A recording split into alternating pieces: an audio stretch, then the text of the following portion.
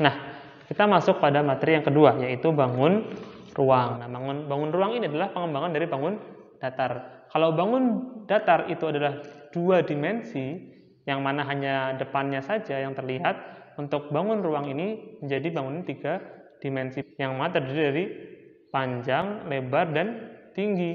Jadi tidak hanya satu sisi saja, itu ada banyak sisi yang perlu kalian perhatikan. Nah, apa saja itu bangun ruang? Ada bangun ruang, ada balok, ada kubus, ada bola, ada kerucut, ada tabung, ada limas, ada prisma. Nah, untuk rumusnya, ini adalah rumusnya, silahkan kalian hafalkan ya. Untuk balok dan kubus hampir sama sebelumnya, ya, ditambah dengan satu lagi, berarti ditambah satu hitungan lagi. Kalau tadi persegi sisi kali sisi, kalau di kubus makanya namanya rusuk. Nah, rusuk dikali rusuk dikali rusuk pangkat 3. Kalau tadi pangkat 2, ini pangkat 3. Nah, begitu pula dengan balok. Dengan balok yang tadinya P kali L, maka tambah P kali L tambah T. Ya. Nah, untuk luas permukaannya berarti kita harus menghitung luas semuanya, luas sisi-sisinya. Jadi luas sisi pertama ditambah luas sisi kedua, tambah luas sisi ketiga, tambah luas sisi berikutnya. Nah, itu untuk luas permukaan maksudnya. Nah, kemudian untuk bola 4/3 pi R pangkat 3. Kalau tadi R pangkat 2, ini R pangkat 3. Depannya ada 4/3 ya, jangan lupa. Nah, selanjutnya untuk bangun yang memiliki 2 sisi yang sama, seperti misalnya tabung, itu ada 2 lingkaran di atas bawahnya, dan juga ada prisma, itu juga ada prisma segitiga, ada prisma segi 4, ada prisma segi 5. Nah, cara menghitungnya adalah alas itu bangun yang berhadap-hadapan, itu dikali dengan tingginya. Jadi misalnya tadi tabung, alasnya ada lingkaran, maka lingkaran luasnya berapa dikali tinggi. Kalau misalnya untuk prisma itu cukup luas alas kali tinggi. Misalnya prisma segitiga, maka luas segitiga dikali tingginya. Begitu pula juga kalau misalnya berbentuk itu segi 5 atau segi 6. Nah, sedangkan untuk bangunan yang lancip atau ada ujungnya, itu kita rumusnya hampir sama seperti segitiga. Kalau teman segitiga itu kan 1,5 ya, 1/2 alas kali tinggi. Maka kalau untuk yang seperti limas, yang lancip atau kerucut, itu kita tambah sepertiga. Sepertiga apa? Sepertiga tinggi. Jadi sepertiga tinggi dikali luas alas. Luasnya kalau misalnya kerucut, maka luasnya bawahnya adalah lingkaran. Maka luas lingkaran kita cari dulu, baru dikali, atau luas lingkaran dikali alas, dikali 1/3 tingginya. Nah, kemudian kalau misalnya limas segi 4, maka luas persegi 4 itu atau persegi dikali dengan 1/3 tinggi. Itu untuk rumus limas ya. Untuk rumus limas seperti itu. Jadi seperti untuk rumus bangun yang mengerucut ya, atau yang memiliki ujung, itu ada sepertiga tinggi dikali luas alasnya. Nah, itu untuk rumus itu. Lanjutnya, sama seperti bangun datar tadi, kita mencoba memahami, kita coba untuk memahami rumus tadi, penggunaan rumus tadi dalam soal. Nah, untuk soal yang pertama, itu soal yang sederhana, sama seperti tadi bangun datar, kita cukup menghitung volume dan luas permukaannya. Soal pertama, mencari volume dan luas permukaan. Nah, contoh soalnya, sebuah kubus memiliki rusuk 40 cm. Berapa luas permukaan dan volumenya? Nah, sama pakai cara tadi, diketahui berarti rusuknya 40 cm, ditanya berarti luas permukaan dan volumenya. Kita lihat tadi rumusnya. Untuk volumenya, langsung kita step selanjutnya itu jawab. Kita pertama kerjakan yaitu yang luas permukaan dulu. Luas permukaan berarti 6 kali R kali R. 6 kali rusuk kali rusuk. Kita masukin angkanya, berarti 6 dikali 40 dikali 40 cm. Sama dengan berapa? Silahkan dihitung. Ya. 9.600. Itu untuk luas permukaan. Sedangkan untuk volumenya, untuk volume rumusnya apa? R pangkat 3 atau R kali R kali R. Kita masukkan berarti 40 cm dikali 40 cm dikali 40 cm. Jawabannya berapa? Silahkan hitung. Ya, jawabannya adalah 64.000 cm. Nah, pangkat 3. Ingat cm pangkat 3, bukan pangkat 2. Pangkat 2 itu untuk luas permukaan, sedangkan untuk volume itu pangkat 3. Ya, selanjutnya. Nah, itu untuk soal yang sederhana, untuk soal yang menanyakan volume dan permukaan. Maka kalian cukup menggunakan rumus yang sudah ada, ya, menggunakan rumus yang sudah ada, baik itu lingkaran, baik itu bola, baik itu persegi, baik itu balok, baik itu kerucut, baik itu tabung. Kalian cukup menggunakan rumus yang sudah ada, kemudian terapkan dalam jawaban. Nah, itu untuk soal sederhana yang pertama. Untuk selanjutnya, soal sederhana yang kedua sama seperti tadi, menghitung bagian yang hilang dari suatu bangun, ya. Menghitung bagian yang dengan diketahui antara volume atau luas permukaannya. Jadi kita masukkan rumusnya dulu, baru nanti kita hitung. Nah, untuk contohnya, soal panjang sebuah bak adalah 6,5 meter, lebarnya 4 meter.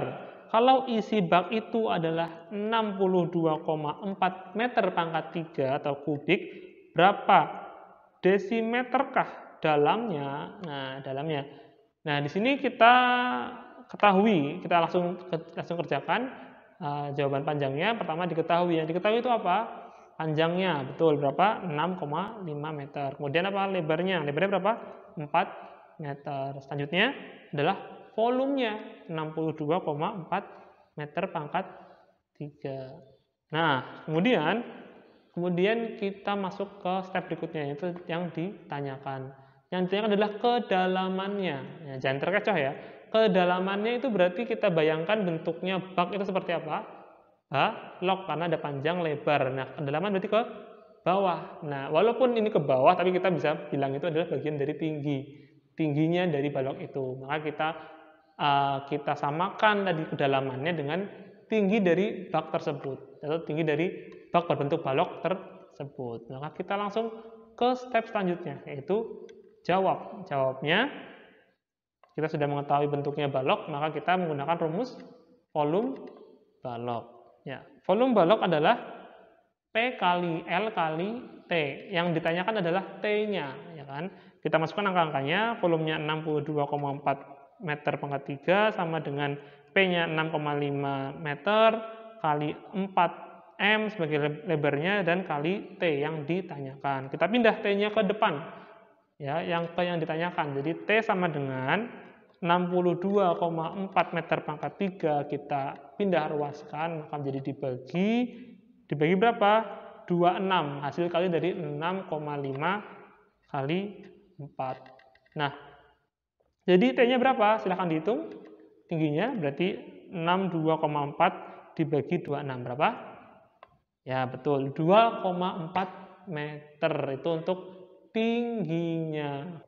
Nah, kita udah ketemu nih, T-nya sama dengan 2,4 meter. Nah, kemudian yang ditanyakan adalah desimeterkah dalamnya? Berapa desimeterkah dalamnya? Maka kita ubah T-nya tadi ke desimeter. Tadi 2,4 meter, kita ubah ke desimeter. Jadi berapa? Nah, dari meter ke desimeter turunnya berapa?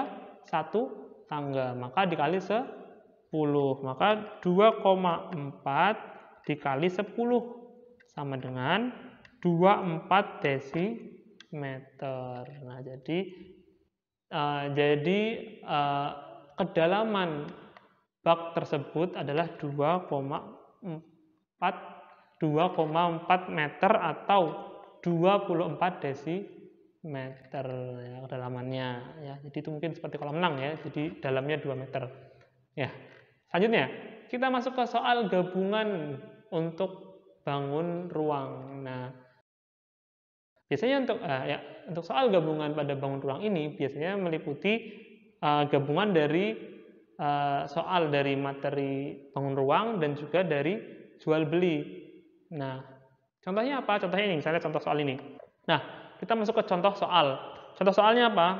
Sebuah bak air berbentuk silinder tingginya adalah 1,4 meter, sedangkan ruasnya atau jari-jarinya adalah 2,6 meter. Nah, selanjutnya 2/4 bagiannya akan diisi dengan air yang harganya adalah Rp65 per liternya. Jadi berapakah total biaya yang harus dikeluarkan? Nah, di sini kita lihat bahwa pada soal ini ada beberapa elemen yang diketahui dan akan ditanyakan. Jadi kita harus identifikasi satu dengan cara menjawab panjangnya. Coba kita jawab panjang dengan cara diketahui. Diketahui dengan caranya diketahui tinggi dari silinder tersebut adalah 1,4 meter. Kemudian jari-jarinya adalah 2,6 meter. Nah, kemudian apa yang diketahui lagi?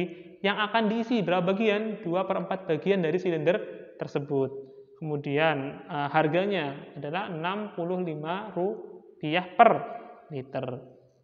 Nah, setelah itu yang ditanyakan adalah apa yang ditanyakan?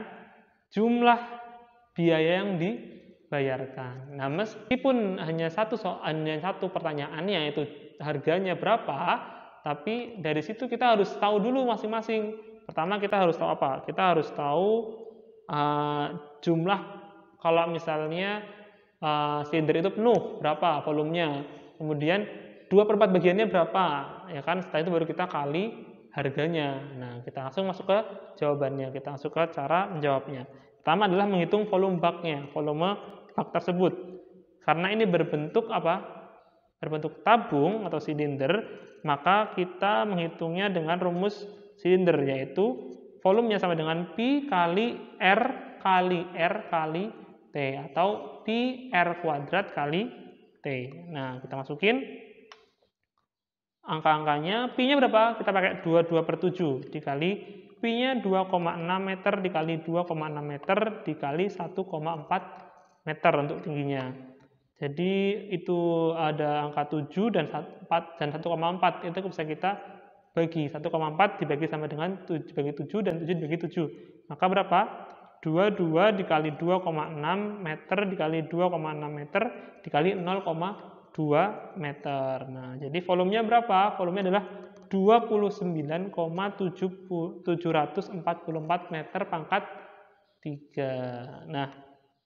Nah, karena yang diminta adalah liter, maka jangan lupa untuk mengubah dari meter pangkat 3 ke liter.